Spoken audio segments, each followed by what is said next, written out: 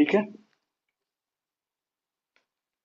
अब आगे बढ़ते हैं। तो अब सवाल ये आता है कि हम लिविंग वर्ल्ड पढ़ रहे हैं, तो इस दुनिया में टोटल अभी तक कितनी स्पीसीज हैं जो कि नोन है मैनकाइंड को। ठीक है।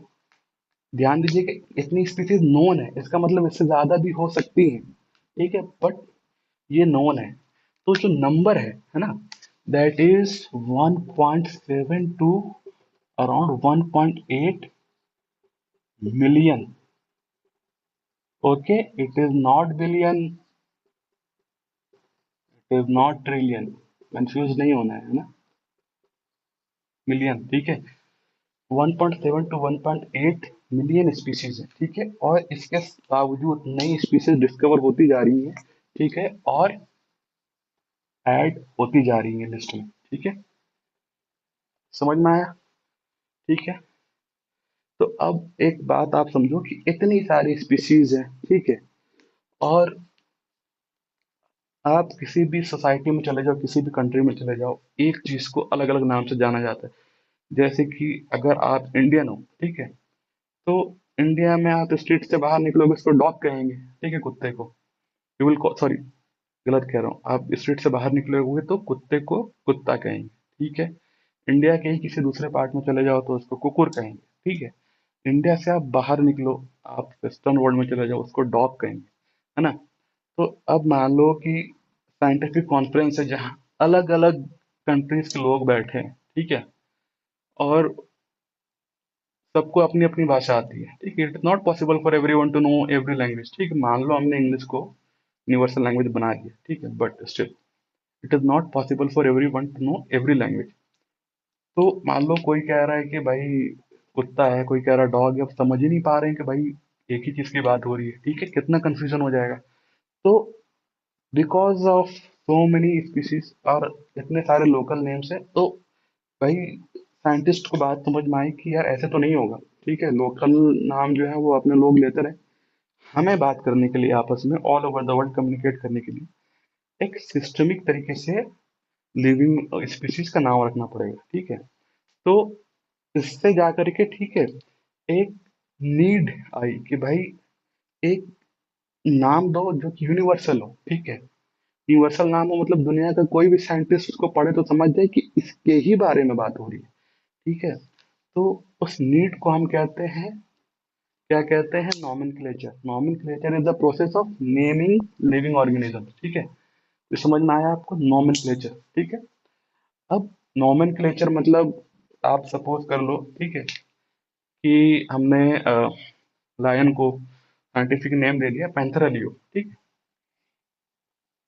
तो अगर मैं आपसे कहूं कि अ, ये पैंथरा लियो जो है यहाँ के जंगल में पाया गया था, ऐसा वैसा XYZ, ठीक है, आपको क्या पता कि भाई वहाँ इतने सारे जानवर हैं, इसमें पैंथरा लियो कौन सा है ना। तो इससे नीड आई कि भाई उसको आइडेंटिफाई तो करना पड़ेगा कि मैं किसी को भी तो जाके पैंथरा लियो नहीं पकड़ के कह दूंगा ना। मुझे देख के समझ में आना तो चाहिए कि भाई ये है पैंथरा लियो। मुझे कोई ऐसा दिखेगा तो मैं उसको पैंथरा लियो कहूंगा या लायन कहूंगा या शेर कहूंगा। ठीक है। तो नीड आई नोमेनक्लेचर के साथ आइडेंटिफिकेशन की कि भाई आप सपोज मान लो आपका नाम रोहित है। ठीक है, लेकिन किसी ने कह दिया कि भाई जाओ रोहित को पैसे दे के आ जाओ। ठीक है, तो कोई आदमी आ गया, और अब उसको कैसे पता है कि आप 5 लोगों की भीड़ में खड़े हो, उसको कैसे पता है कि आप रोहित हो, है ना। तो कोई डिस्क्राइब करेगा, आपको बताएगा कि भाई कोई लंबा सा लड़का होगा। ठीक है, टॉल डार्क हैंडसम होगा। ठीक है, और उसके आगे सारे लड़के बेकार लग रहे होंगे दिखने में। ठीक है, या उसको आप लड़की पे ले लोगे, कोई भाई क्यूट सी सुंदर सी लड़की होगी, उसके आगे सारी लड़कियां फीकी पड़ रही होंगी, उसी लड़की को पैसे देना है। तो इससे जाकर कि भाई सामने वाला जाएगा, थोड़ा आइडेंटिफाई करेगा चेस की बात हो रही है। ठीक है, या उससे कहेगा कि भाई देखो 20-25 साल का लड़का है, और वैसा है, सांवला सा है, थोड़ा लंबा सा है, और उसके बाल घुंघरैले हैं। तो इससे क्या होगा कि कोई आदमी जाएगा, ठीक है, वो 5 के बीच में रोहित को देखेगा और आइडेंटिफाई करेगा, यार एक लंबा सा लड़का है, थोड़ा सा सांवला है, घुंघरैले बाल हैं, 20-25 की उम्र का लग रहा है, यही रोहित है। ठीक है। ऐसे आइडेंटिफाई किया उसको, ठीक है। तो आइडेंटिफाई किया है ना, तो नोमेनक्लेचर के लिए आइडेंटिफिकेशन जरूरी है, और आइडेंटिफिकेशन के लिए कैरेक्टराइजेशन जरूरी है। मतलब भाई आप उसको डिस्क्राइब तो करोगे कि रोहित कैसा दिखता है ना। आप उसको बताओगे कि भाई रोहित के दो आंख है, तीन आंख नहीं है, रोहित जो है सांवला है, गोरा चिट्टा नहीं है, ठीक है। तो ये बात है, आपको कैरेक्टराइज करना पड़ेगा, ठीक है। जैसे कोई जंगल में जा रहा है तो आपको बताना पड़ेगा कि भाई एक जानवर होगा, ठीक है, वो थोड़ा सा येलोइश दिखेगा, उसके बड़े बड़े बाल होंगे, वो थोड़े ब्राउनिश दिखेंगे, ठीक है, वो चार पैरों पे चल रहा होगा, ठीक है, उसकी जुबान होगी, उसमें नुकीले कांटे होंगे, ठीक है, ठीक है। तो ऐसे वो आइडेंटिफाई करेगा ये जानवर है, तो लेकिन आइडेंटिफाई करने के लिए उसको कैरेक्टराइज करना जरूरी है। तो जो ये हम चार पांच चीजें बता रहे हैं कि जानवर है, चार पैरों पे चलता है, ऑलमोस्ट येलो इसकी बॉडी है, ब्राउनिश से उसके मेन है ना। तो इस प्रोसेस को हम कहते हैं कैरेक्टराइजेशन, ठीक है। तो आप एक देखो, एक सीरीज में चीजें हैं, ठीक है। पहले नीड आई किसकी, नॉमेनक्लेचर की, ठीक है, नॉमेनक्लेचर, ओके। नॉमेनक्लेचर के बाद नीड आई आइडेंटिफिकेशन की, ठीक है। और आइडेंटिफिकेशन के बाद नीड आई किसकी, कैरेक्टराइजेशन की, ठीक है। मेरे हिसाब से मैं ये तीनों टर्म्स आपको अच्छे से समझा चुका हूँ, ठीक है।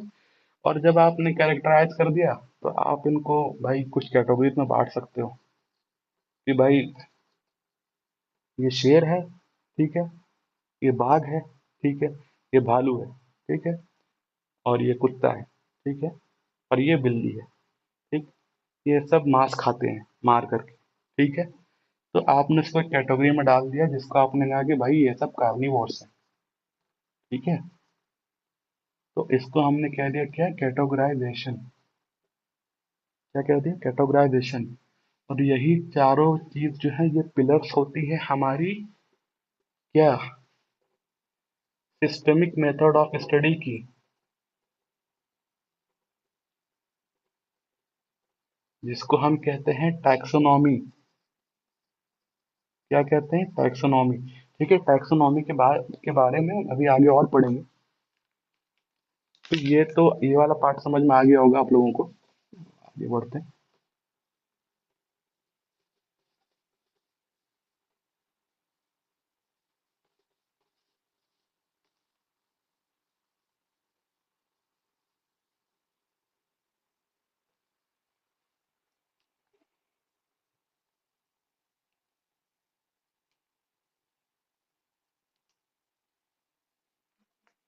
ठीक है, तो फिलहाल हम पहला पॉइंट पकड़ते हैं, उसको थोड़ा डिटेल में जानते हैं, नॉमेनक्लेचर, ठीक है। नॉमेनक्लेचर यार, अब ये है कि किसी का भी नाम ऐसे रैंडमली नहीं रखा जाता, किसी भी in terms of scientific literature किसी भी लिविंग ऑर्गेनिज्म का नाम हम रैंडमली नहीं रखते, ठीक है। उसके कुछ प्रिंसिपल्स होते हैं, कुछ प्रोसीजर्स होते हैं, ठीक है। उस प्रिंसिपल्स और प्रोसीजर्स को ही मतलब नॉमेनक्लेचर कहते हैं। और जो प्रिंसिपल्स और प्रोसीजर्स हैं, जो रूल्स हैं फॉर नेमिंग प्लांट्स, ठीक है, प्लांट्स का नाम रखने के लिए जो रूल्स डिस्क्राइब्ड हैं, जो प्रोसीजर डिस्क्राइब्ड है, वो डिस्क्राइब्ड है आपके ICZN, sorry, ICBN, okay, ICBN में, ठीक है। और जो एनिमल्स के लिए हैं वो डिस्क्राइब्ड है आपके किसमें, ICZN में, ओके। अब इसका क्या मतलब है, फुल फॉर्म इनका है ना। ICBN का फुल फॉर्म है international code for botanical nomenclature, ठीक है।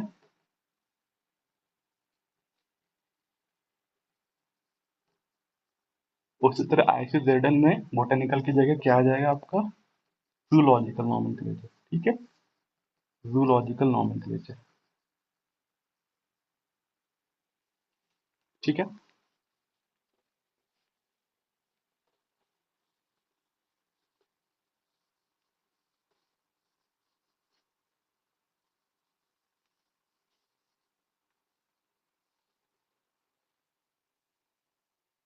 ठीक है, अब साइंटिफिक नेम जो किसी भी चीज के होते हैं, है ना, इसका एक एग्जांपल मैं दे रहा हूँ आपको। जैसे एक पेड़ है, उसको आम का पेड़ है, ठीक है, उसको हम कहते हैं साइंटिफिक टर्म में मैंजी फेरा इंडिका। और उसको थोड़ा और ब्रॉड तरीके से डिस्क्राइब किया जाए तो लिंग लगा देते हैं उसके आगे, ठीक है। अब जनरल नेम क्या होता है, ठीक है, इसको आप भूल जाओ अभी, है ना, ये तो रूल नहीं है, ये तो बस आप चाहो तो कर सकते हो और ब्रॉडर उसके बारे में और इंफॉर्मेशन देने के लिए, ठीक है। बट जो साइंटिफिक नॉमेनक्लेचर उसके कुछ रूल्स होते हैं, ठीक है। रूल नंबर वन, ठीक है, every scientific name has two parts, ठीक है। It has two part, part number one and part number two, ठीक है। पार्ट नंबर वन जो होता है वो होता है आपका उसका जीनस, ठीक है। उसका अभी पढ़ेंगे जीनस क्या होता है। और जो पार्ट नंबर टू होता है उसको हम कहते हैं स्पेसिफिक एपिथेट।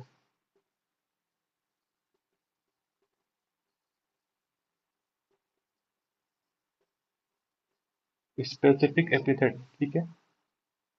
या ये कह दो आप उसकी कि ये इसकी स्पीसीज है, ठीक है। दो रूल है, पता चल गए कि दो पार्ट्स में नाम होते हैं।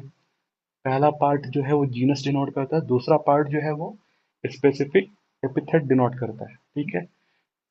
तीसरा पार्ट जो है, ठीक है, कि जो दोनों वर्ड्स का में जो पहला वर्ड है, ठीक है, जैसे इसमें पहला वर्ड है मैंजिफेरा, ठीक है, इसका जो पहला लेटर होगा वो कैपिटल होगा, ठीक है। First letter of genus is capital, ठीक है। लेकिन जो स्पेसिफिक एपिथेट है, ठीक है, वो पूरा ही स्मॉल लेटर्स में होगा, ठीक है।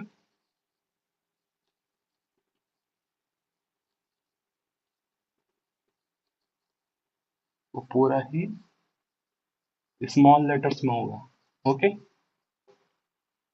क्लियर। इसके बाद रूल नंबर फोर, जो कि इम्पोर्टेंट है और थोड़ा कंफ्यूजन हो सकता है, ठीक है। तो भाई सबसे पहले रूल बनाएंगे कि जितने भी नाम लिए जाएंगे, ठीक है, लिविंग ऑर्गेनिज्म के, चाहे प्लांट्स हो चाहे एनिमल्स, है ना, वो या तो लैटिन से उठाए जाएंगे, ठीक है, डायरेक्ट उठाए जाएंगे लैटिन से, या उससे डिराइव किए जाएंगे, ठीक है। जैसे मान लो मातृ इज संस्कृत वर्ड, है ना, उससे डिराइव किया गया वर्ड मदर, ठीक है। तो वैसे ही या तो आप डायरेक्ट लैटिन वर्ड यूज करोगे या कोई ऐसा वर्ड लोगे जो कि डिस- उससे डिराइव्ड है, ठीक है। तो should be either in Latin,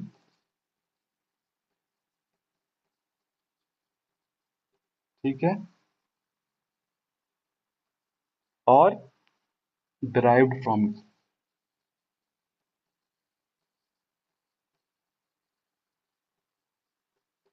ठीक है, ये हो गया।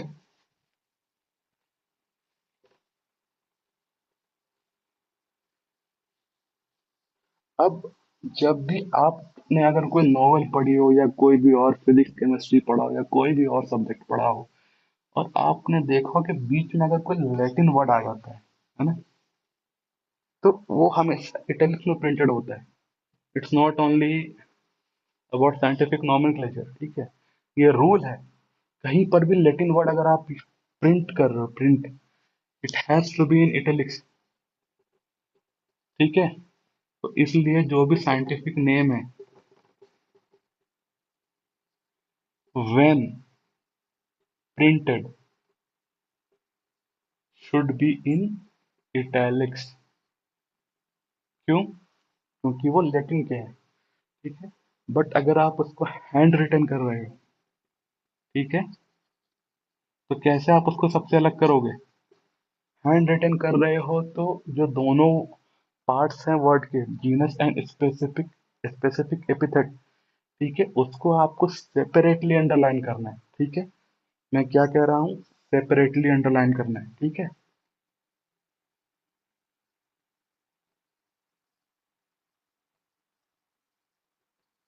जैसे मैंने लिखा था, अभी आपने देखा होगा, मैंजी फेरा इंडिका लिखा था।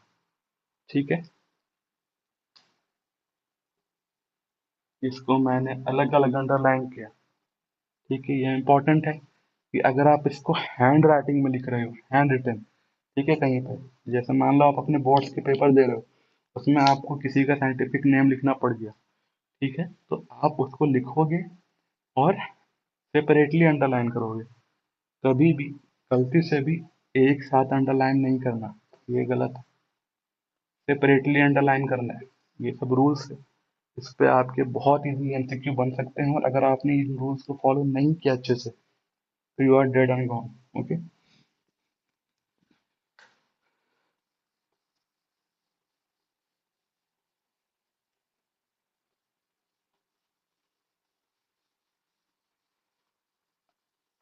अब ये एक बहुत सिंपल सी चीज़ है जो कि आप यूँ भी समझ सकते हो। ठीक है, कि भाई जो साइंटिफिक नोमेनक्लेचर है, उसके कितने होते हैं, दो पार्ट्स होते हैं। ठीक है, तो उसको ऑब्वियसली हम एक सिंपली सीधा सा नाम देते हैं, this is called as binomial nomenclature.